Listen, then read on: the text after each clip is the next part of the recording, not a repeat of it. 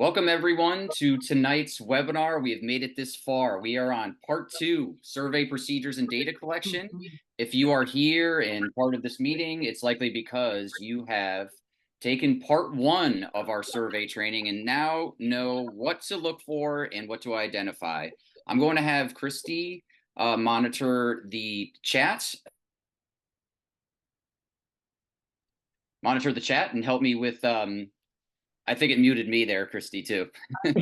And yeah, help with muting and everything. But just wanted to welcome everyone here. All right, here we are. We have completed part 1. We are now going to learn the data collection process tonight. And then following tonight's training, you're going to be assigned to a 1 to 2 mile section of trail to search for the 6 invasive species that you learned about in part 1. And just a reminder that this is, at your own pace. You will have the full field season through September to complete your section. We are going to be sending out assignments within the next few weeks. And really, this is about having fun exploring and helping us to prioritize management, to learn about where these invasive species are. And as we pointed out, as we were talking before the webinar, to look for some native species too, and as a reminder of what we were trying to protect. All right, so here we go. Here's your message of empowerment. Let's do this together. We are gonna learn these things together, and don't stress so much about the data collection stuff. We will be here for you to help out during the process, and I will take you through step by step. You're gonna have access to this webinar here tonight, in addition to a lot of other resources to help you along the way. So you got this. All right, step 1 in the process is to fill out the Surveyor questionnaire. Now, Christy has been sending that around as we go, but if you don't know what I'm talking about or have not received this, at the very end of this webinar tonight, I'll be sending out the link to that questionnaire. Typically, we will assign you in a park that you want to go. It's convenient to your home, or just something that you're wanting to explore and learn more about, that kind of micro hiking experience. You're going to receive an email from us once we give you an assignment. That'll give you directions to your trailhead with the trail map associated with it. We are going to be working on, it's not quite done yet, but we will be working on a quick ID guide of the species to print to take with you. You will be learning about the data sheet, and the data sheet tonight, I'm going to take you through all those procedures for recording invasive species in the field, and then of course provide all the links to the training workshops for review. So again, everything at your fingertips here. Step number 2. If you received my email from a couple of days ago, I had asked you, if you could, to download Seek. Seek by iNaturalist, it's called. You can see it's got this kind of leaf icon here. This is what the app looks like when you go to Google Play or your app store to download. And why would I be recommending this? Because first of all, I love it. It's such a cool tool to help you explore and learn about what's around you. It is an app that was created by iNaturalist. So these two apps are actually linked together. You've got to think about iNaturalist as sort of an online photo database and a community of experts, naturalists that are interested in learning about the world around you. And Seek connects to that photo database so that when you're holding up your phone to something, and I'll show you here tonight, it's going to use image recognition of that photo database to basically scan it, kind of like a barcode at a grocery store, like scanning what item you have in line, and we'll give you an ID to help with your confidence in some of your plant ID. So tonight I'm going to show you a little sneak peek, and shall I say sneak peek at Seek. Might as well go for it, right? As to how this works and how the app works and how it's been instrumental in helping folks learn and feel confident about what it is that they're seeing. So I'm going to play a video for you here that's just a quick tutorial of what Seek offers. And again, it's not necessarily that you have to use this, but I found it really useful to help, especially when you're learning new species. So here you go. And again, it's over Zoom, so it's going to be a little jumpy, but I'll stop at points to point out some of the main features. Here's a gentleman walking along in a field, taking his Seek app out. Okay, so now this guy is holding his phone at a plant, and you can see over here what that plant is looking like. You see up here in this part of the identification of what he's looking at in his phone, it says class dicots. That means that what his phone is looking at right now Well, dicots is a really, really general, broad category of plants. That's not very helpful.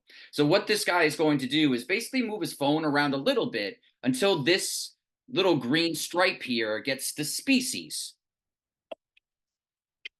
And you see how just by slight change in angle, now the Seek app will say species common vetch. So now he knows that that plant that the phone is looking at right now in real time is telling him that that species that he's looking at is a common vetch.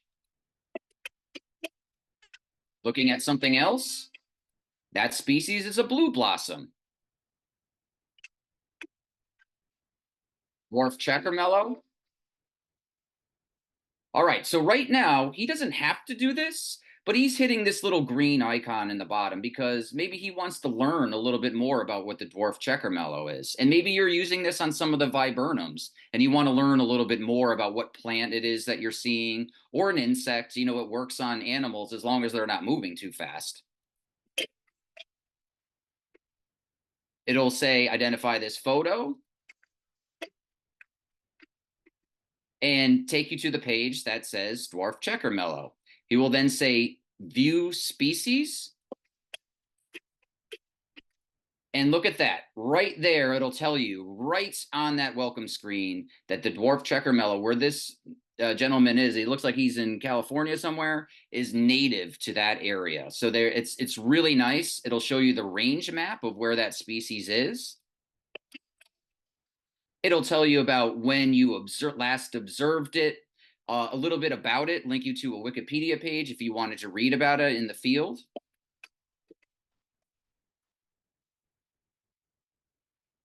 It'll tell you a little bit about the taxonomy, what it's related to, what kingdom, phylum, class it's in. And I don't know if you caught that right there. I can kind of get back a little bit. There we go. It'll even tell you the seasonality, like probably when most people are taking pictures of that. In August, it's probably blooming. So this guy's probably looking at it in August, and just a little bit of information on the species as you're observing it. Now, again, this is all optional. You don't even need to take a picture when you're using Seek. You can just kind of move your phone around till you get that ID that you want, and then you're like, oh, this is what I thought it was, or wow, I guess I was wrong on that. So, and help build your knowledge and confidence as to what it is you're looking at. I love Seek for this very reason. It's also really fun for kids. You can earn badges. They give you little challenges each month.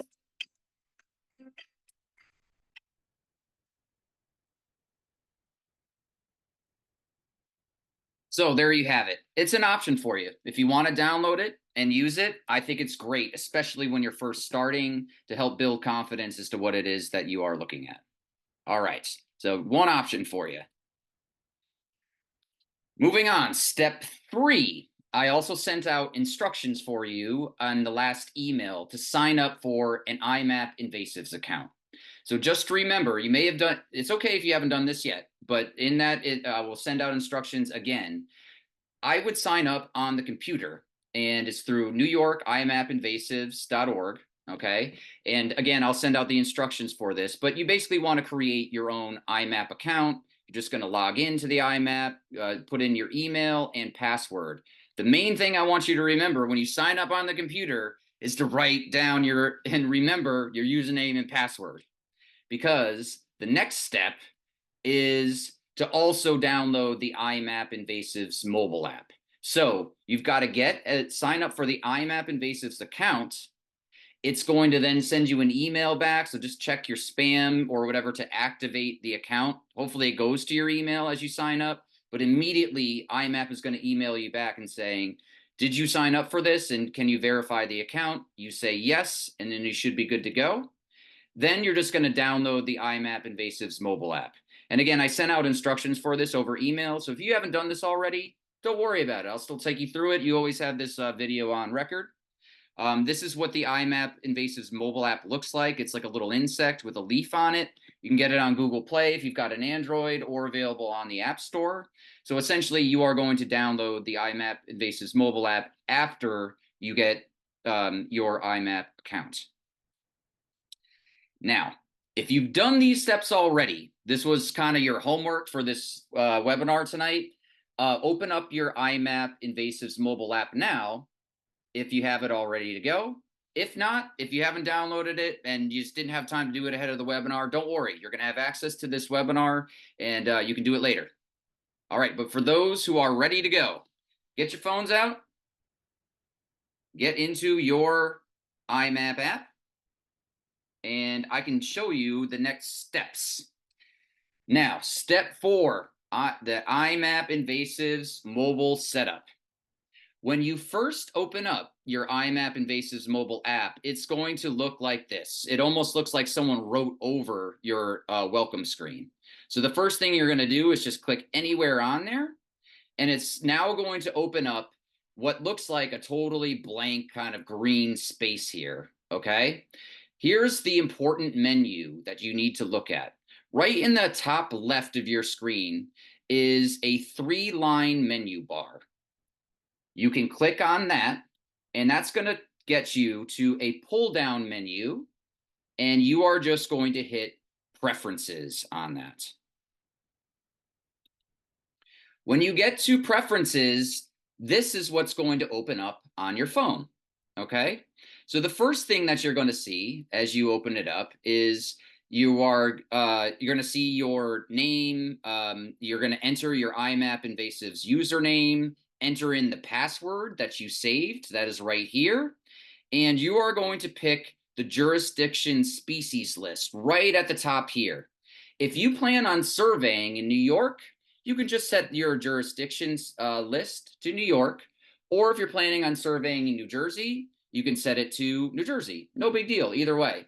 It's probably going to be the same suite of species. So if you're not sure whether you're surveying in New York or New Jersey, just choose one. It's going to call up the same custom list in a second.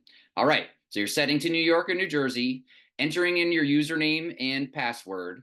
And then the next thing that I've starred again is before you really do anything, you have to click this Retrieve IMAP Lists. So please click that now. And what that's going to do is it's going to pull in all the invasive species from whatever state that you selected. And so now you have that at your disposal, that whatever you're seeing out in the field, you'll now have like the appropriate list for your region. Okay, next on the list, I just got to change my menu around here. Okay, is to set the species name display to common. Okay, so what this means is when you kind of look through the species on this app, you're going to be reading common names, not the Latin names. The next thing to select is picture quality. When you use the IMAP app, you're going to be taking a picture that needs to be confirmed and verified. So I like to take good pictures. If you've got a good phone, it will take good quality pictures. And just say picture quality. I usually choose it at 100%. The next thing is click this little box here in that preferences menu that says save photos taken in the IMAP app to the photo library, just in case you ever want to have this as a reference point. And last but not least, you are going to click on this button right here in front of you that says customize species list. When you click that button, it is going to take you to a page that looks like this. All right. Now, of course, we don't have a lot of time in this webinar tonight for you to do this along with me, but I'm just going to take you through the process of what you need to do to customize your species list.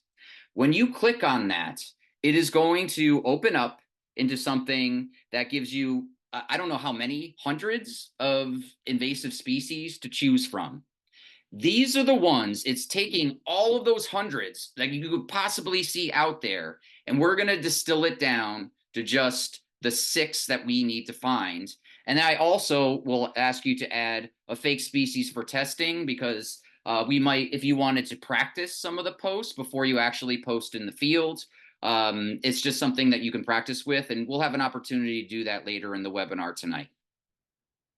All right, but these are the ones that you are going to be selecting. So just remember that as you go through this, you're just kind of distilling down hundreds of invasive species, so you can very quickly just kind of select the ones that we are choosing from.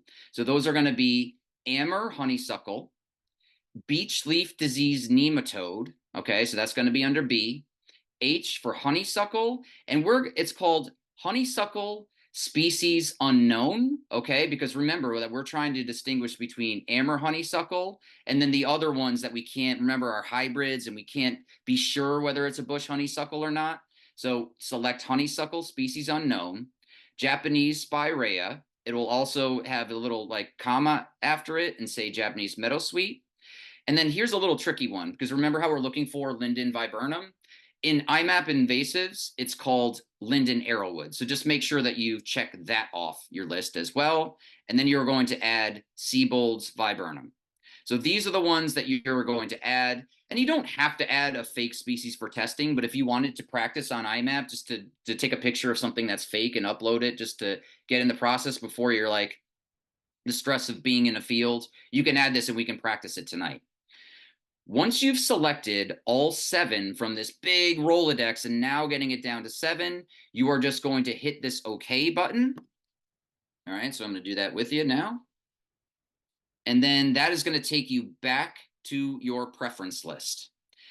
The only other things to choose from in that preference menu are this thing over here called default project. You do not need to do anything with that. I am going to add you to the Lower Hudson Prism General Project. You do not need to do anything with that. Just leave it blank.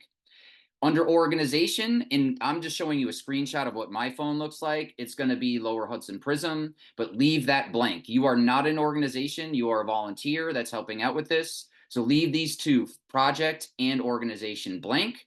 And then all you need to do to make sure that you are now set up is just hit save. And now you are going to be back to your original opening page. All right, so that's the IMAP Invasives mobile app setup. You don't have to do that ever again. It's done, one shot before you even go out. Okay, so now we're on to step 5. Now it's time to get ready to go. Before you go out for your survey assignment, remember step 1 was receiving an assignment from us and then figuring out where to go for parking, and we'll give you a map and everything. I would recommend before you go out for your survey assignment to review and grab your quick ID guide. We are going to be providing that for you, either from Christy or me. We'll be sending that out to you as part of your assignment. I would also review the part 1 webinar for the IDs before leaving the house. And I can't reiterate enough, it's super frustrating to get out there and have to use these apps and then realize that your phone is about to die. So make sure before you leave the house, you've got a fully charged phone. You can also grab a trail map, or we're going to send you a map from something like a map that we took from the internet. You can print it before you leave. I would also recommend taking multiple copies of your field data sheets with you. Take at least 5 of them with you. So print these out before you go, and I'll show you what that data sheet looks like. And then before you head out, just review directions to the parking lot or to the trailhead you've been assigned, and head out with directions in your hand plugged into your car's GPS. All right, so that is kind of the setup before you leave the house. Let me take a step back and just show you the big picture of what it is that you'll be doing. So you've got your IDs down, you're kind of focused on what it is that you're looking for. You've got these like 6 invasive species plus the native viburnums. So here's how it's going to work. You're going to show up at your trailhead parking lot. You're going to get out to that trailhead, and you are going to walk into what is called an imaginary survey rectangle. And again, I'm going to show you some videos of me out in the field actually doing this and taking you through the entire process. It's going to be very interactive tonight. So just imagine you walk about 50 feet in. You're not going to come out there with a meter wheel, right? So I typically approximate about a 50-foot walk by about 20, 25 paces, something like that.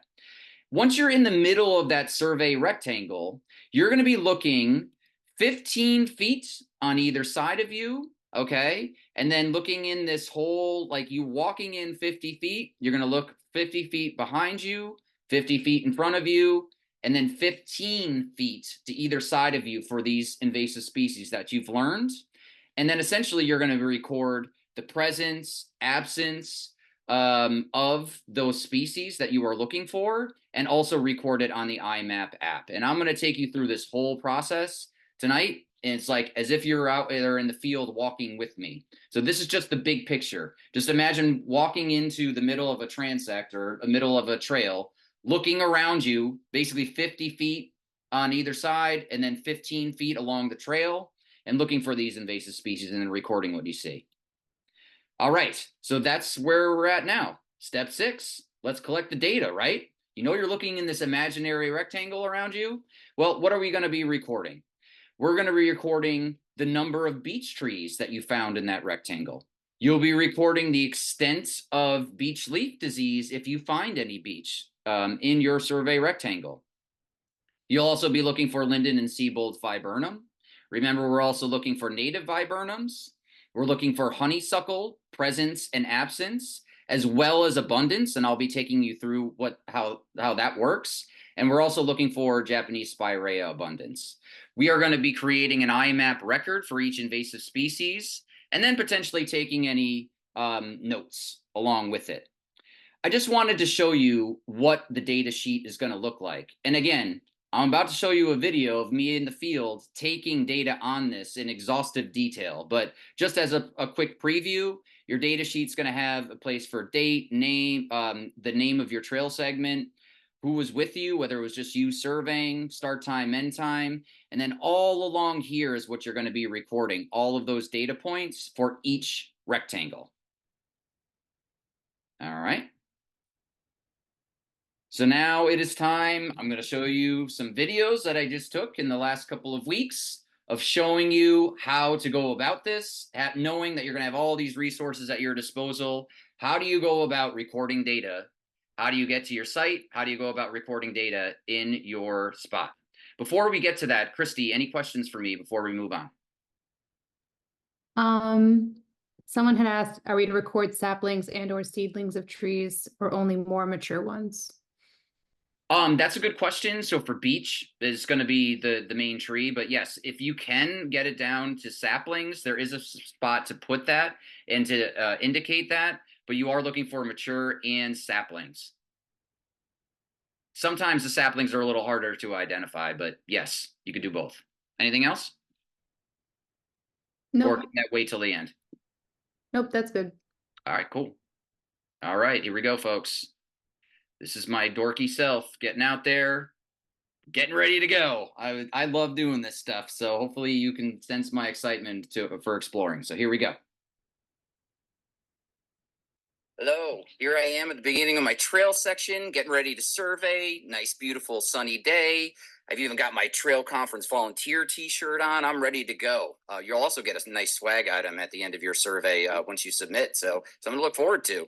I've also got my backpack, water, a hat, some bug spray just in case the bugs are getting to me. So I am ready to go. I'll show you a couple of the steps and how to start this thing off, but let's do it. First of all, there's my parking spot over there, looking at my trail section here and kind of taking a peek down. Oh, and there's the trailhead. I know I'm on School Mountain Road Trail, and that is my assignment for this year. And also, nice signage over here, talking about some of the park rules. And of course, the main thing to pay attention to, whatever trail section you're in, is just, leave no trace principles. Just, make sure that whatever you're bringing in, you're taking out with you. So very excited to start. I kind of know I'm at the beginning here, my trail section. So what's the first thing that we got to do? Well, we of course know we got to get into our survey rectangle.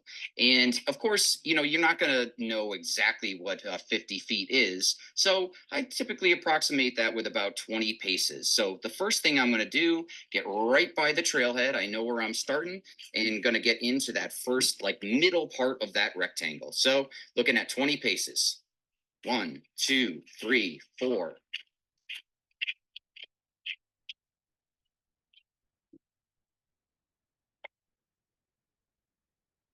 Okay, I'm about here, right where I want to be. Now, typically, I will look back and get a sense for about what that distance is. Now, remember, in that first survey rectangle, eventually I've got to go back and look at everything I passed. So you might be looking as you go into the survey rectangle. Remember, it's 15 feet along the trail, 15 feet along the trail here. So I am going to have to eventually record that, but you're just getting a sense for what 50 feet looks like in either direction. and know that my survey rectangle is going to extend from where I started there to about, that same distance ahead of me, and just get ballparking that. What I like to do next is actually mark the beginning, or excuse me, the middle of my trail section. So I like to put down my bag, start to lay out my stuff like my water bottle and my, pick out my data sheet. And so I know I'm ready to go, but I'd like to leave my bag sort of in the middle. So I've got a good marking point for about what 50 feet looks like on either side of me, there and there. And I'll always have that frame of reference in my first survey rectangle, knowing where my bag is right in the middle. And if you want to, if it makes you feel more comfortable, you could even just like mark out the rectangle by something. Just don't leave it there, like to know where the beginning of your rectangle is and the end of the rectangle. If it's just like builds a little confidence as to what the size of the space that you'll be surveying in is. Next up, if you haven't done so already, I have laid out my data sheet, and I'm going to make sure that I'm filling out the date and everything that I need. So today's date, 5/23/2024. This is when I'm out actually doing this video for you. Trail segment name, school, mountain, road. Now, we're going to give you the name of the assignment as you go, and just remember that you should print at least 5 of the data sheets before you go out. So like a stack of 5 or so data sheets behind this, just in case you run out of space or need more room or whatever. Section. And I will give you the name of that trail when we send out the assignment for you. Volunteers, it is just me, just Brent. Start time. All right, we started today at 3:15 p.m. I'm going to not fill in the end time yet, but at the very end, when I'm done for the day, I'll just fill out an end time and total survey time. But now I know that I am ready to go. The first thing, I know that I am in the middle of my first survey rectangle. Nice and easy, just call it number 1.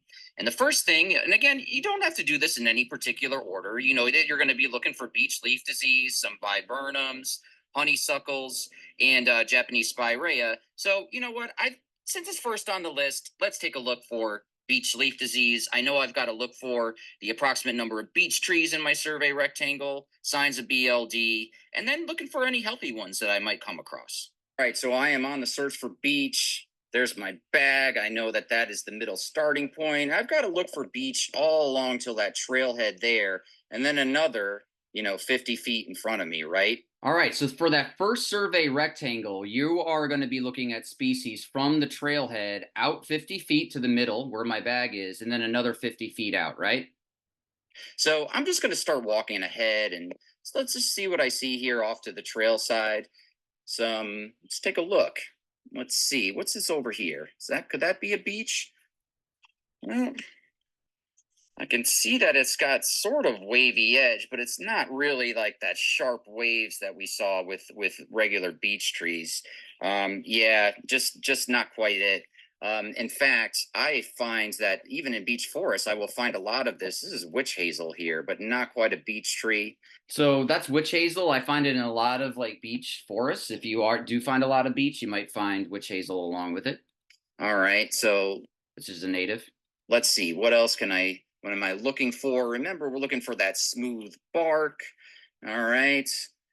Oh, I'm looking up into the canopy. All right, you can see some maples there. Oh, some more witch hazel. But look at this over here. All right, I'm starting to see something. There we go. There is our beech. All right, and let's just take a look at these leaves here. Well, how do I know? Of course.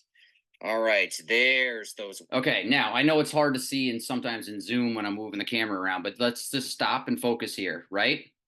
Got nice wavy beech, remember the wave crests here? Wave crests I was talking about. All right, and look, I am definitely seeing some striping there. A way to tell? Looking up into the canopy. Okay, so you can kind of see a little bit here. I know it's a little fuzzy here, but I will show even clearer examples of striping in the canopy. We see some stripe.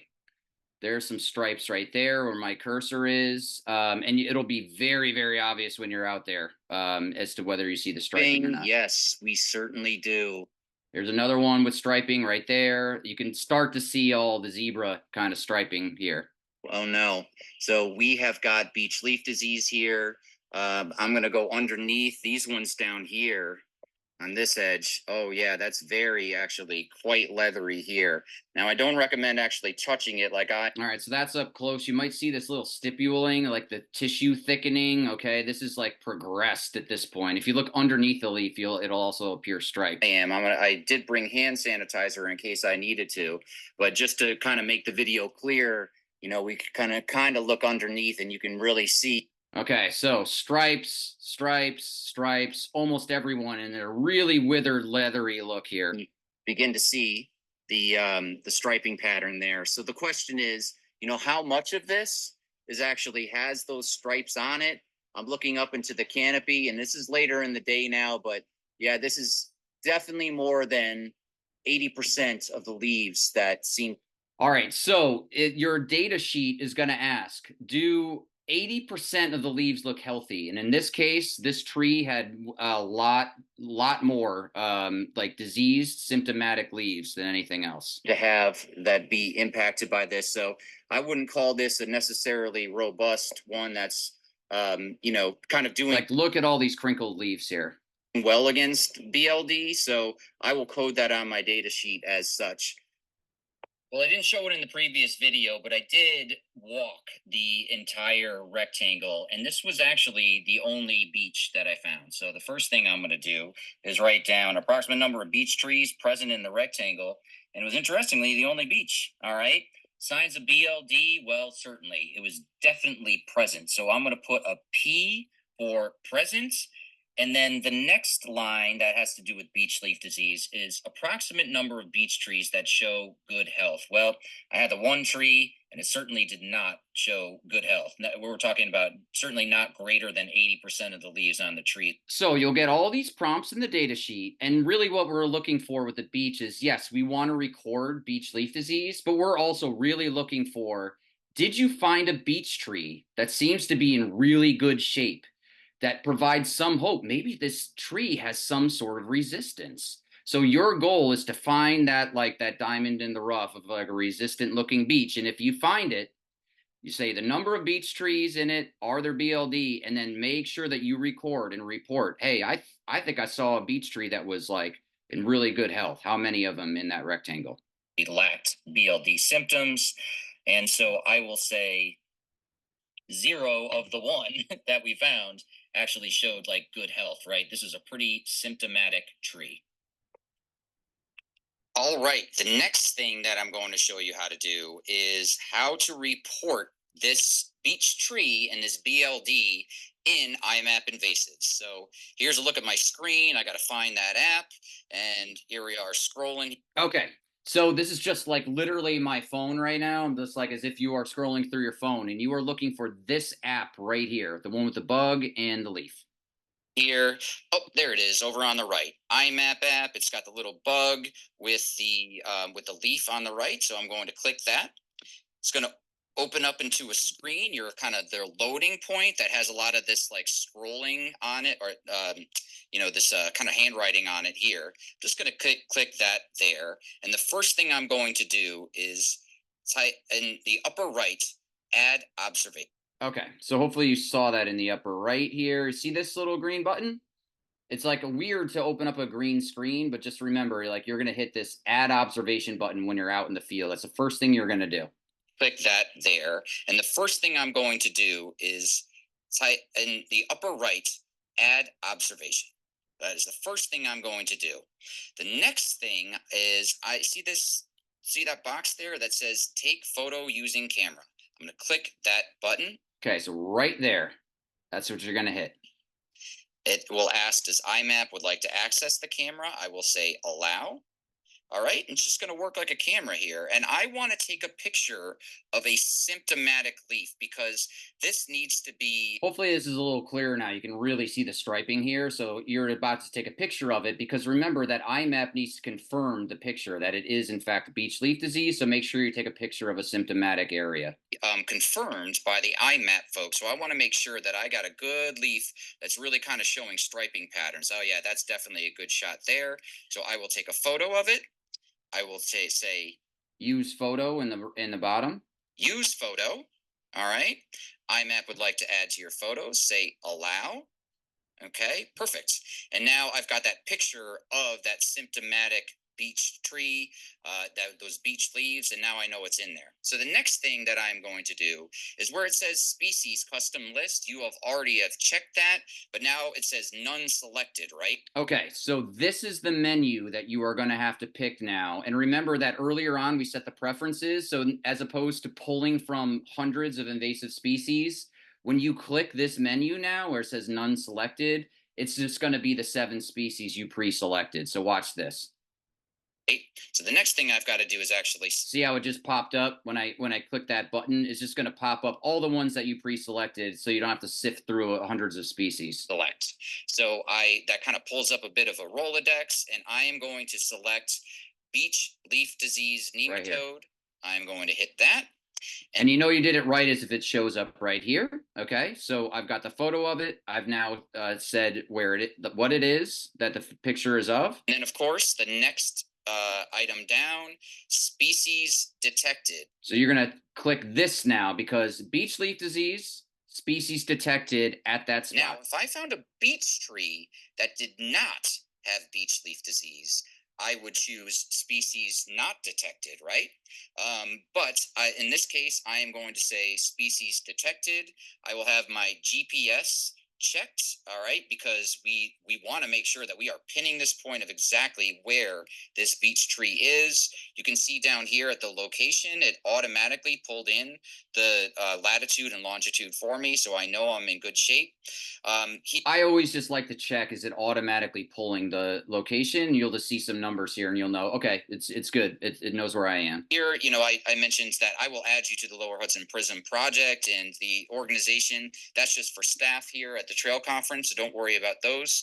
If you wanted to put in some observation comments, you can, or time search in minutes, but that's not part of our survey here. So really all you need to do is just make sure that we select the species, to take a picture, say species detected. If we did actually find it, make sure that our GPS point is put in there, just double checking it's got longitude and latitude, and then all we need to do is hit save. Save right there. Next thing on your screen that you are going to see is a yellow box, shows that it has been put into the app, and I know that I have now reported at this one particular spot on 5/23, the day I'm surveying, that there was a beech tree here and it had beech leaf disease on it.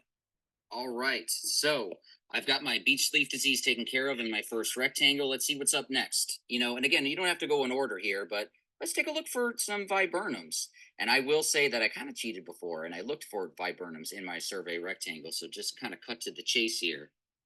I'm going to get right to it because it was really kind of total coincidence, and I'm being honest here. Right next to my bag, I found a viburnum.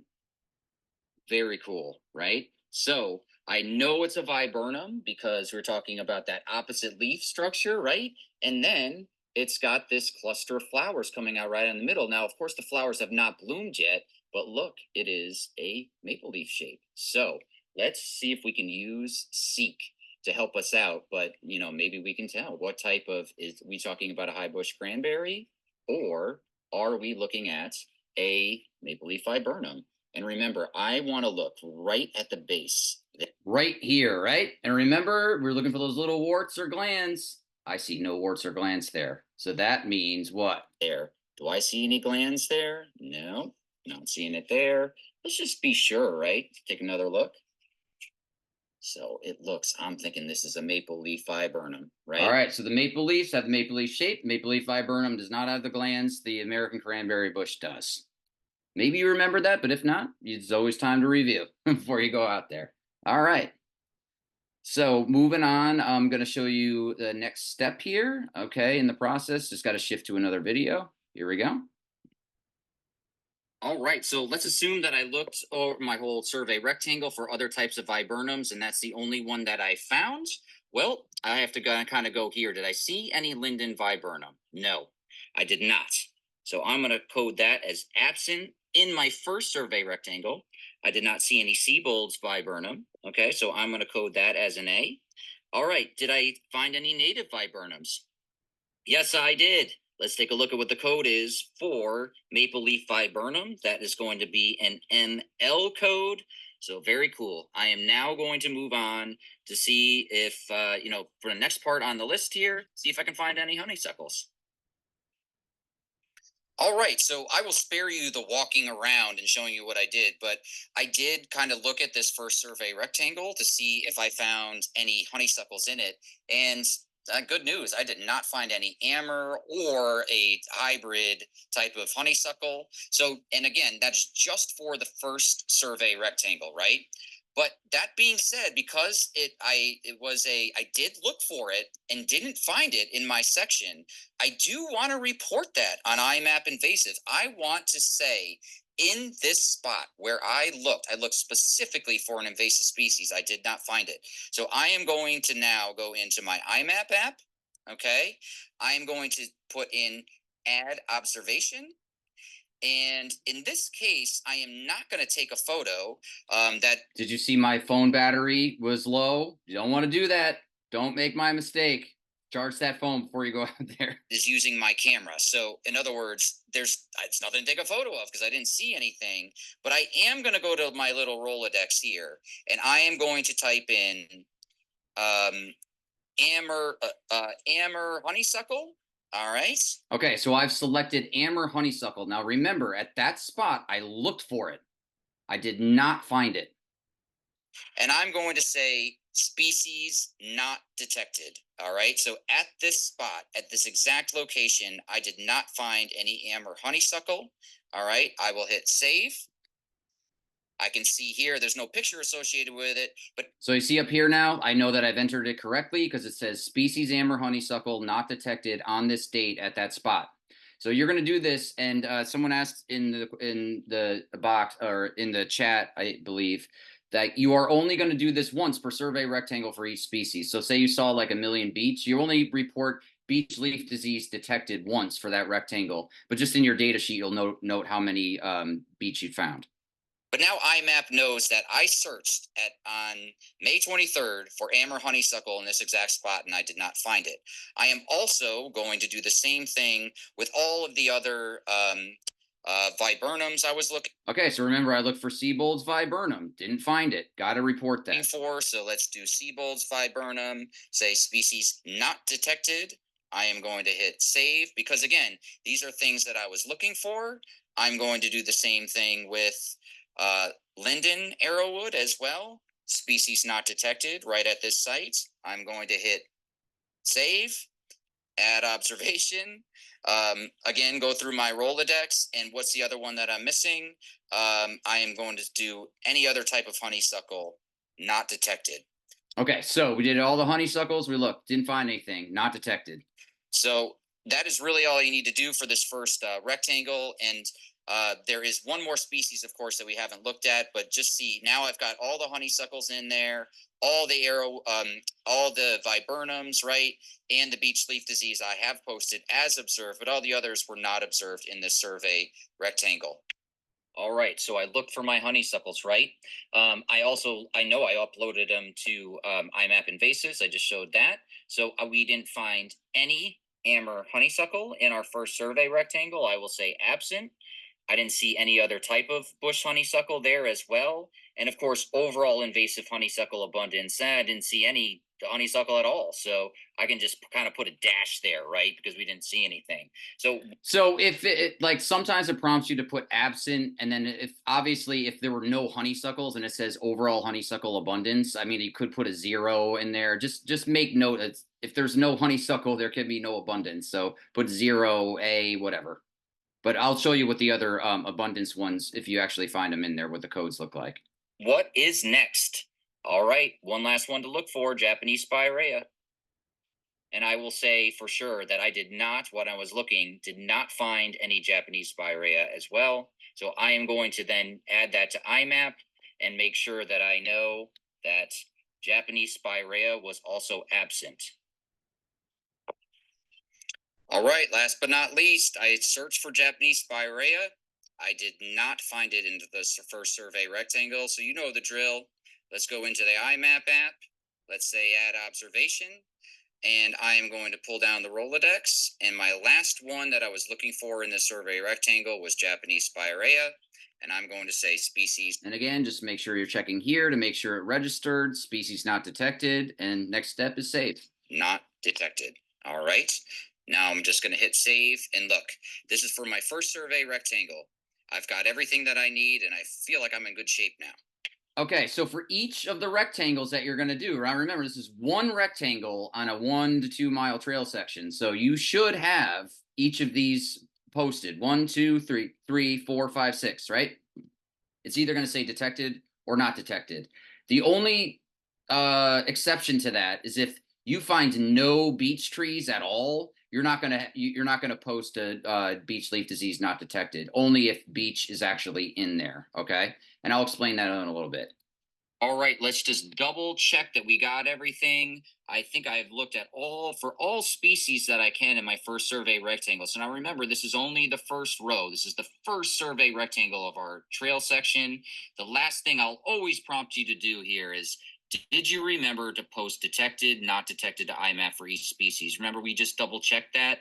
I've posted all the invasive species, either detected or not detected for this rectangle. So yes, we are done with that piece. And then do I want to write down any notes? We did find the one beech tree, right? That was not looking so good. Okay, so you see here, it'll prompt you to talk about saplings. If it was mostly saplings or mature trees, you can put any kind of note that you want in here that you think might be useful to us, but you don't have to write notes. But if there is something like really important that you want me to know about, star it or whatever, write a note in there. So I could write something like BLD progressed. All right. All right. So, you don't need to write that note. A lot of the trees that are going to be in our area, but let's say I found a really healthy beech tree, I would definitely want to note it in that section there. But this kind of shows you like exactly what you would be reporting, writing down, and both submitting in terms of IMAP Invasives app, as well as a hard copy for a data sheet. And the last couple parts of this video, I'll show you some examples of honeysuckle in the field just to make sure you've got that down, as well as some spirea and some of the, at least one of the invasive viburnum. So this next section is going to go over some of that. All right, so that's your first survey rectangle. I went over that in exhaustive detail. The rest of this training, I'm not going to do it in that type of details. I just want to show you kind of some other things I was along the trail finding. But essentially, I just showed you one row of everything you got to do in the survey rectangle. Once you get the hang of it, it actually can go very fast. It's just that that was a lot of meticulous detail there. But if you look for something you didn't find it, you'll get quick at it. You'll just be like, oh, this not detected, boom, boom, and move on. And it can be quick once you get the hang of it. All right. So once the data is recorded for all of the species in one rectangle, you're then going to move to a second rectangle along your transect. All right. Now for this, just to make it more like a hiking experience, I'm not going to stack the rectangles right on top of one another. It's okay. There's going to be some empty space where you're not recording any data. So if you pick up your bag that was in the middle, just walk another 100 paces. It could be, and if you want to do further transects, it's okay. Remember, we're trying to get a general sense for, did you find any of these species along the 1 to 2 mile transect that you were assigned, or that trail assignment? So just walk 100 paces to get to the next survey rectangle, put your bag down as a marker in the middle, look 50 feet behind that, 50 feet in front of you, 15 feet on either side, and then do the whole process over again. That's how this is going to go until you're through, whatever. It's just like you're through the blue trail or whatever you were assigned. Okay. So a quick note about the survey points. Do not stress about the distances between each of your rectangles. They're estimates. We're just trying to get a general sense here. And I know there was a question about this. I answered it earlier, but just remember, per survey rectangle, you only need to make one IMAP record per species per rectangle. So for example, in the first rectangle, I only had one IMAP record for BLD detected. I put it down once. In that rectangle, I noted BLD. Okay, that's all I needed to do. In that rectangle, I found this many linden viburnum. That's it. Just post it once. So you don't have to go around and take a picture of each beech tree. Just once per rectangle. But when I get to the new rectangle, My second rectangle, I got to do it again. But per rectangle, just one IMAP record per species per rectangle. Now, remember how there's this empty space in between just to make it more like kind of walkable? If you do find something interesting in that empty space that you want to record, of course you can post more than we're requiring here. Like if you find something like a really cool like viburnum that you wanted to post to iNaturalist, or like you found an invasive species that you're like, wow, you know what, I really want to post that even though it's not in a rectangle, it's okay, you can post it as well. I'm just trying to space it out for you a little bit so it's not too overwhelming. All right, now I'm going to show you a couple more things that I found along my own survey assignment, just to show you what other things I might find along there, just as a reminder for the different species that we're looking for. So I'm going to take you back out there with me until we get through the rest of the tutorial. All right, so now that we're done with our first survey rectangle, remember your second survey rectangle is going to be 100 paces away from where the center of your last rectangle was. We're going to try and space out our transects or those rectangles a little bit to make it feel a little bit more like a walk. And guess what I found? Like I'm just kind of setting up a second rectangle here, kind of put my stuff down. But this is what I found along the trail here. And take a look. Look what it is. Definitely got some flower cluster. So I know I'm dealing with a viburnum, right? So again, opposite leaf structure, cluster in the middle. So the question is, what type of viburnum are we looking at here? Man, feel those leaves, the point, scalloped edges. We are looking here at a linden viburnum. Remember linden, linen, and softness? I felt like all I needed to do was feel it. Very velvety. So definitely going to record this on my data sheet. And, again, just feeling that velvety feel to the leaves. I'll kind of zoom out here. They are just about to bloom, almost about to burst here, but you can really see that those scalloped edges to the linden viburnum. So beginning in the survey rectangle number 2, I know that I've got a linden viburnum to deal with here. So just so we have a little bit of repetition in our approach here to really hit this home as to what the steps are. Let's just say you weren't sure that was a linden viburnum. You wanted to be doubly sure. Well, I can go into my Seek app, right? Okay, so I clicked the Seek app button, and again on my phone, it's going to be right here. Green icon, white leaf. Okay, and just say like first couple times you want to be sure. And you can use Seek. Hit this home as to what the steps are. Let's just say you weren't sure that was a linden viburnum. You wanted to be doubly sure. Well, I can go into my Seek app, right? That flower icon, and sometimes I reset by kind of moving it off of something. And you see right now it's just like class dicots. I'm moving my phone over to get a good look at the viburnum. Let's just take a look here as to what it is that we're seeing. I know it. So right now, it's not even sure. It just says genus viburnum. So I'm going to change the angle on my phone. It's a genus of viburnum. But let's see if I can get to species. Yep, just a slight. So that's really nice. I mean, that's a good shot at it. Notice how I put my hand behind it. Sometimes that helps with the image recognition, and it'll say species linden viburnum. Change an angle of using Seek. I'm getting to species linden viburnum, right? This is not, again, just want to reiterate, it's not required to use Seek, but if it helps like build confidence, then go for it. Now I know that I can, I'm feeling pretty confident about this and am now ready to post to iNaturalist. That's the beauty of using Seek and the apps. Meant to IMAP Invasives. Confidence, and now I'm feeling pretty good about posting this to IMAP as as an invasive species. Next step is posting to IMAP. Now that I found a linden viburnum in my second survey rectangle, I'm just going to go into this bug and leaf app, IMAP app. All right. Waiting for it to load. Going to get into my, my welcome screen, add observation in the top right, take photo using camera. All right. And I'm going to get like right. And I know a lot of this is going to be repetitive, but repetition is good when you're learning something new. So I'm just going to take you through it again.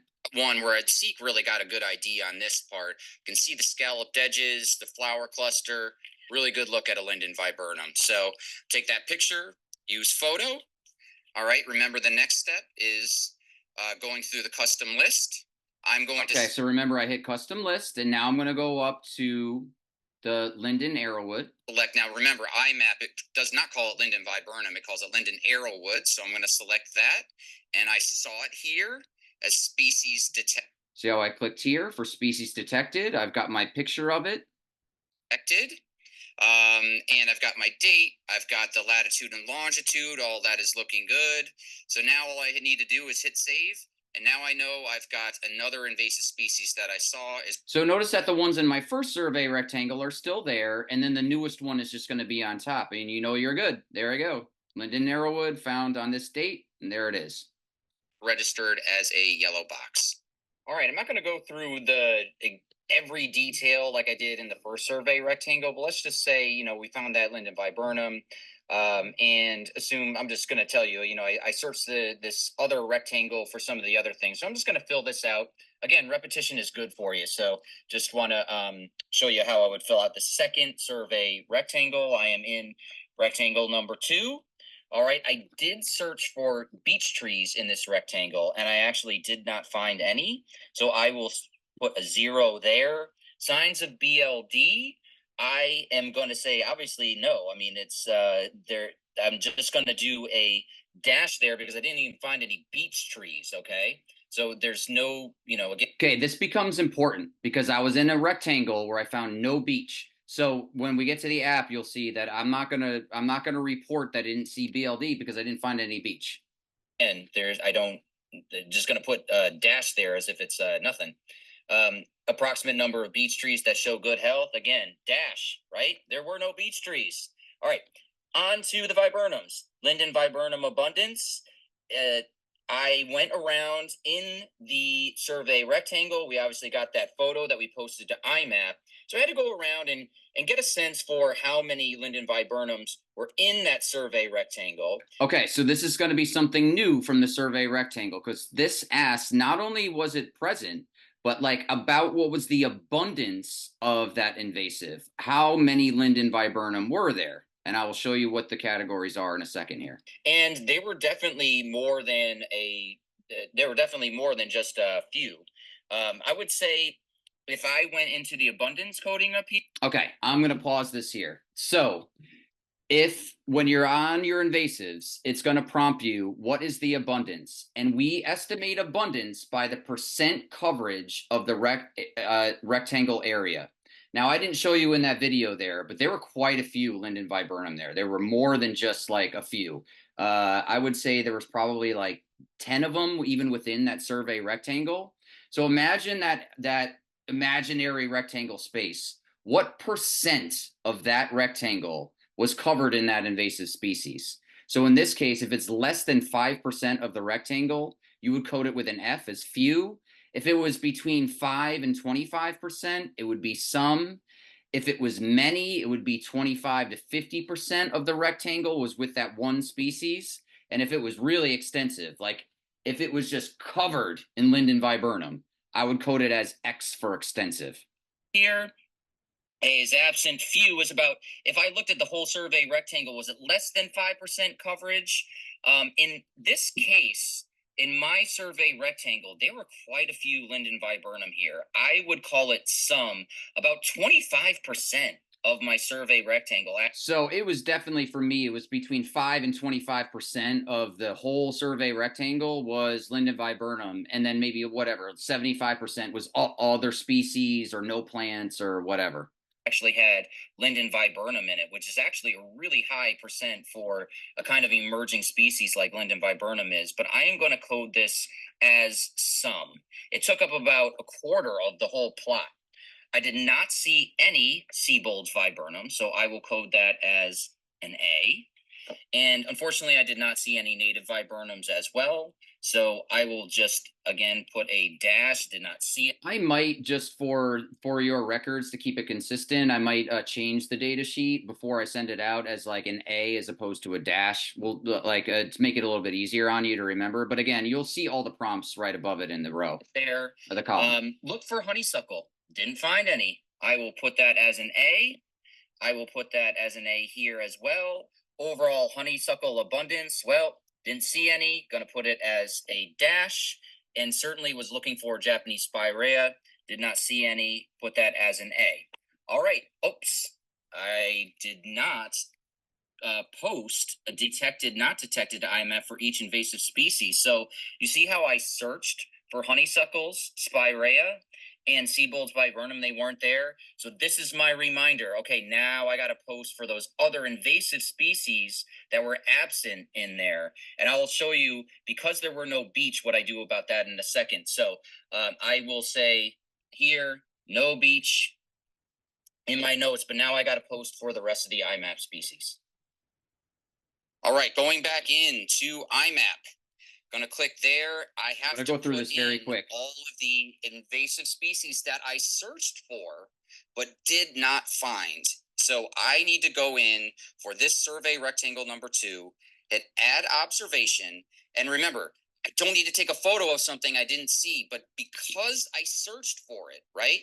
I have to go into my custom list, and I know that I looked for Seabold's viburnum. Okay, see how I clicked that?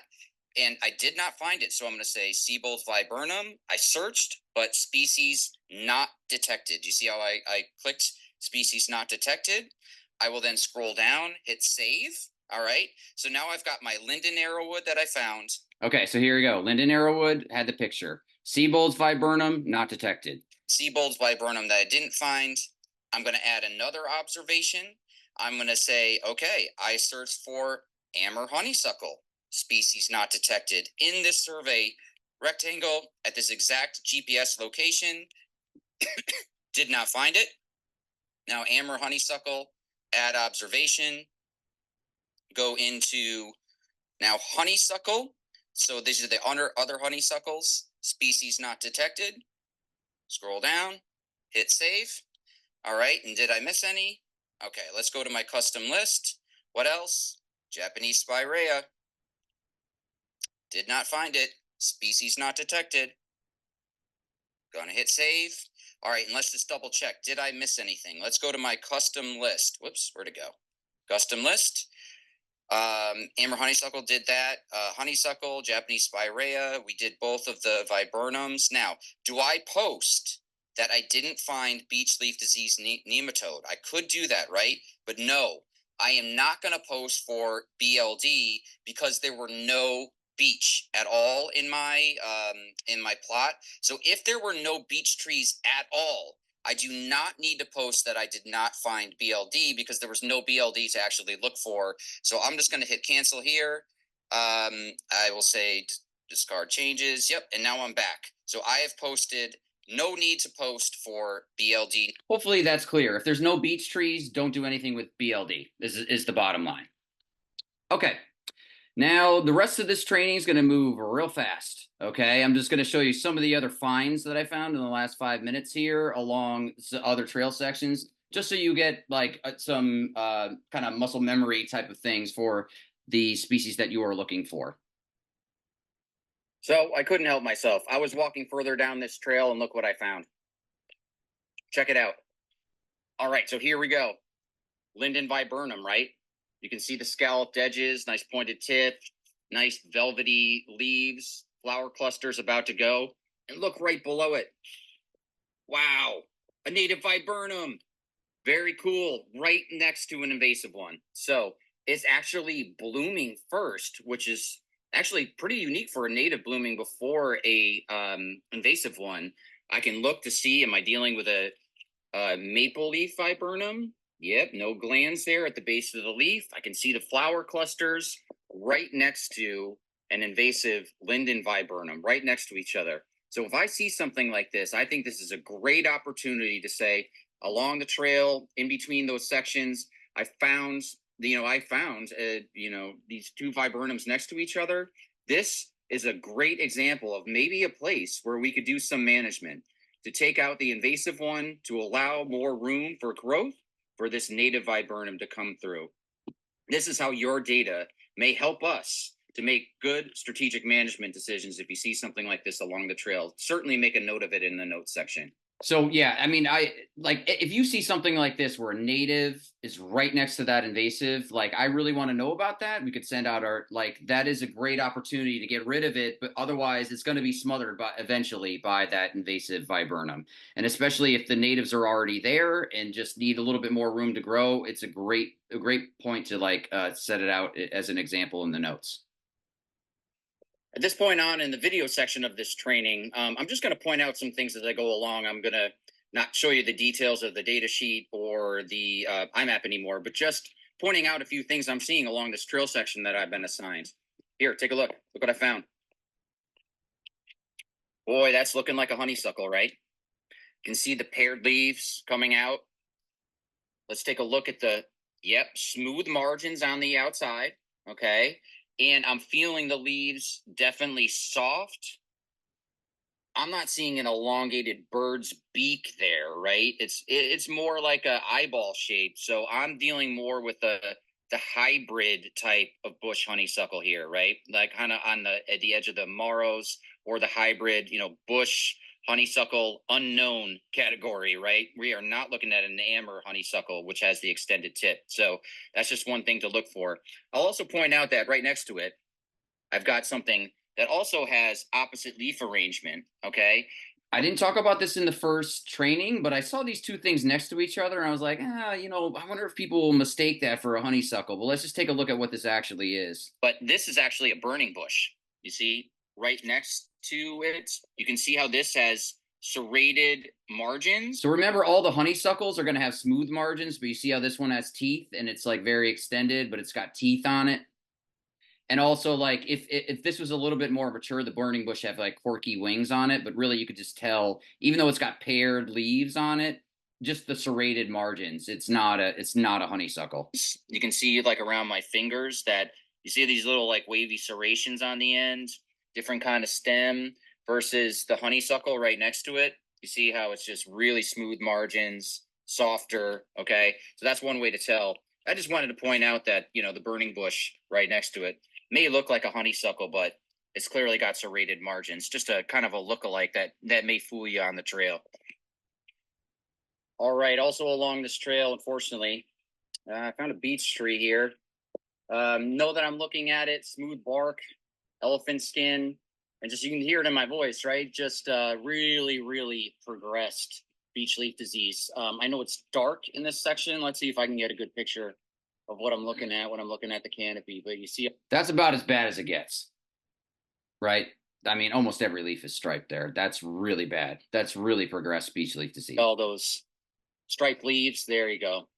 So almost every single leaf on this section of trail is impacted and varying symptoms. There are a couple maybe like asymptomatic leaves that are kind of right in front of me here, but almost every leaf that I'm seeing here has beech leaf disease on it. And even if I come down here, I can see let's see if I can get a good example.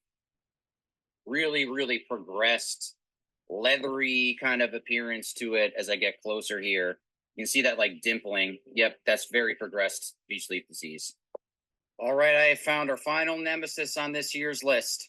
Take a look. Remember, our eyes are cueing into clusters of flowers. So this is a little surprising because at this time of year, you'd expect the pink flowers to be out. But if you take a quick look here, you see these clusters of flowers here. This is going to be the leftover seed pods, seeds of Japanese spirea. So you can see that it's all clustered here. This is one big shrub. If I keep kind of walking down the trail, I know on Zoom, walking is kind of, makes the video jump a little bit. So let's just kind of focus in here. All right. So seed clusters, this, will eventually be flower clusters. So again, you're focusing in on the clustering, right? And then for whatever reason, it wasn't pink flowers, but these are the leftover seed pods that are pretty obvious. There's just not quite blooming yet. And again, how do I know that I'm looking at spirea? So alternating leaves, really deep notches, long lance-like shape. Look at how deeply toothed that is. And again, I will show you on Seek if you want to just confirm for the first couple of times. But this is pretty typical of spirea. You can see, again, more clusters over here. kind of shrub-like pattern to it. But let's take a look at Seek just to make sure, doubly sure.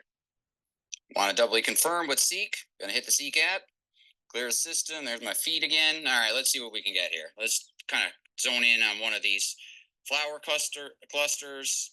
Looking at Meadowsweet. All right, there we go. Japanese Spirea species. Remember, it started as a Meadowsweet, so it didn't know at first whether it was genus or species. But now we are dialed into those flower clusters. You can see the leaf shapes in the background, and there we go. Know that we're dealing with Japanese Spirea. And I just wanted to point that out. If you weren't sure, Seek is really good even with Japanese Spirea. Okay, so those are that. I found that all of those on one trail section. So it was pretty interesting that I was able to find all of those species just on one. Okay, last couple steps here, and then we are done for the night.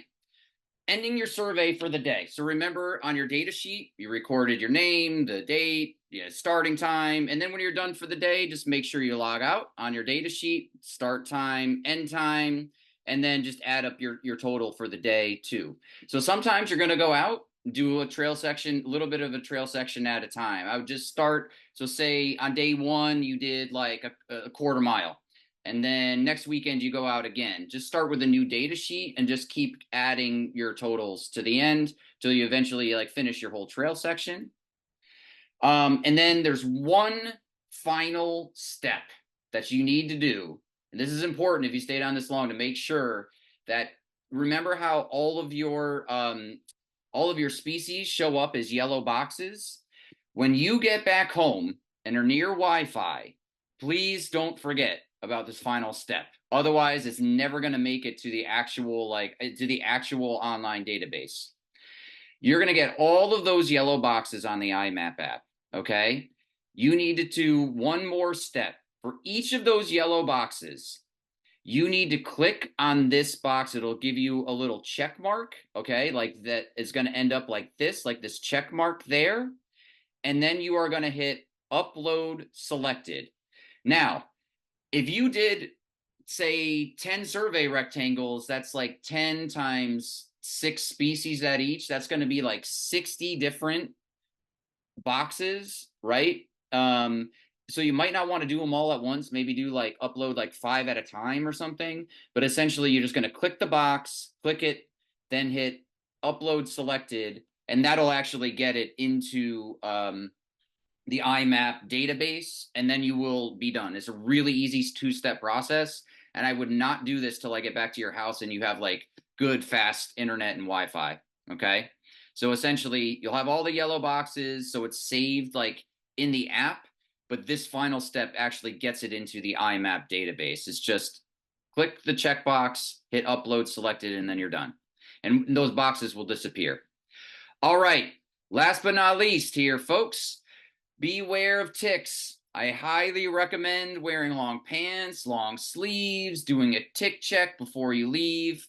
Of course, just be wary of like people around you, moving vehicles. You may have a trail assignment that is like steep or rocky terrain, so just be careful. Make sure you wear good, sturdy hiking boots. Most of your trail sections aren't going to really be on private property, but if you feel like you might be lost, just make sure you get back to the trail. And of course, keep away from the poison ivy. All of these things that you're looking at are going to be trail side, so you shouldn't really be bushwhacking for this at all, okay? So if you can't identify something, you're just looking 15 feet on either side of you, then do your best guess or write down in the notes, wasn't sure, was a viburnum, couldn't get close enough to what it was, write it down in your notes. But that will help you keep away from things like poison ivy. All right, I don't do this every year, but I'm telling you, if you have been hiking in the last couple of weeks, you will have noticed the caterpillars, okay? They are everywhere. They are found on every leaf. It's nuts. And this is an invasive species course, so you may be asking yourself, what is the deal with all of these caterpillars? It's going to be one of two things. Right now, we are in a decadal, meaning like once a decade, maybe once every 2 decades, basically outburst of a spongy moth infestation, okay? And right now in the May to July area, we are finding like there's egg masses at all, like kind of all that overwinter, and they have all hatched, and they are primarily going after oaks, but really kind of like supple leaf. And you'll like might even hear it sounds like it's raining. It's raining frass. These, which is essentially like the caterpillars are tearing up the leaves, and then immediately it's raining down. So, just know that these trees, even on your own homes, are going to be losing leaves, okay, because of these caterpillars, especially the oaks.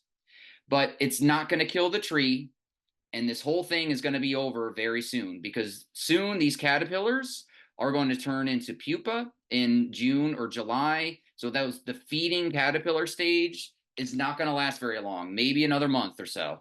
And it's at the point now where the spongy moths are really interesting because they are boom or bust. When their population densities get really high, either a virus is going to wipe them out, or a fungus if it's certain raining conditions.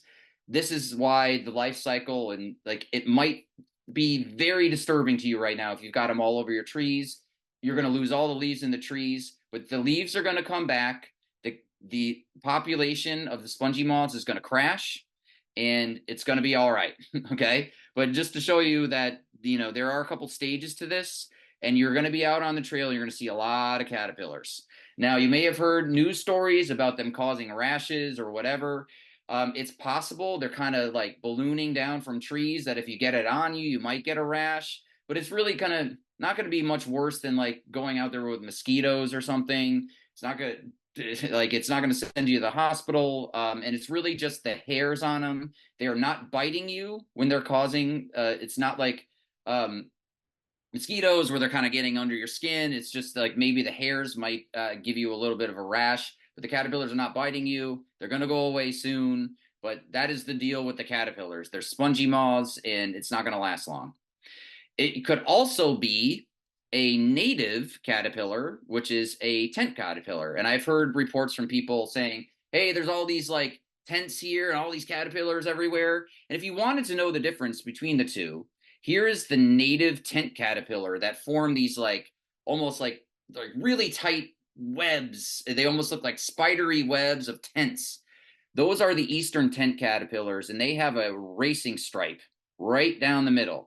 The spongy moths, which are the ones that have the big outbreaks right now, they have like blue dots on them, and you see how they come in pairs along their back. So that's how you can tell the difference. This has nothing to do with our survey, but just like you're gonna see these caterpillars over the next like month, next 6 weeks. So I just want to know what you're dealing with. They will be gone soon. All right. Other things to think about is make sure you're packing right. Make sure you've got lots of data sheets that go with you, a clipboard, pencils. Make sure you bring a fully charged phone. We'll give you the trail map and trail assignment. Maybe you might want to bring binoculars. I don't know if you'll need it, but if it makes you feel better about the IDs, go for it. We will be sending you like results of this, the taped webinar, the PowerPoint presentation to help you out. And then I highly recommend on a sunny day putting on sunscreen and bringing bug repellent. There have been a lot of times people have been out surveying and the bugs are bad, so just make sure you're well protected. Lots of water, snacks, whatever you need to feel comfortable. All right. I am not going to go into returning your data. You've been enough information right now. Essentially, when you feel like you are done or you have questions, and you're like, hey, I think I finished my trail segment, I'm ready for another one. Or like, what are my instructions for sending it to you? We will give you instructions then. That's going to be weeks from now. Just go out there and explore, have fun. We'll get you a trail assignment out soon, but I'm not going to bore you with the data return instructions now. Just not the time for that right now. Let's just focus on surveying and learning some new stuff. All right, so main thing is to fill out a survey questionnaire to request a trail assignment of your choosing. I am going to put a link in the chat and also send a follow-up email with this information, and so that we can get you with the right trail assignment and something that you're going to enjoy doing. I am going to put that in the chat right now, and I'm also going to send tomorrow an email with all of these links in case you don't get it at this moment. I just need to find the chat. Where is it? Okay, here we go. to everyone. How do I send this to everyone?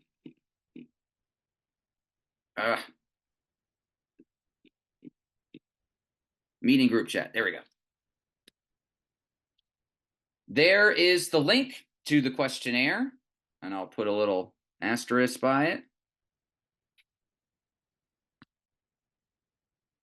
And it'll ask you some questions like what you feel like, what kind of hiker you are, what kind of trail assignment you want, where you live, like, is there a park that you want to go explore, that kind of thing.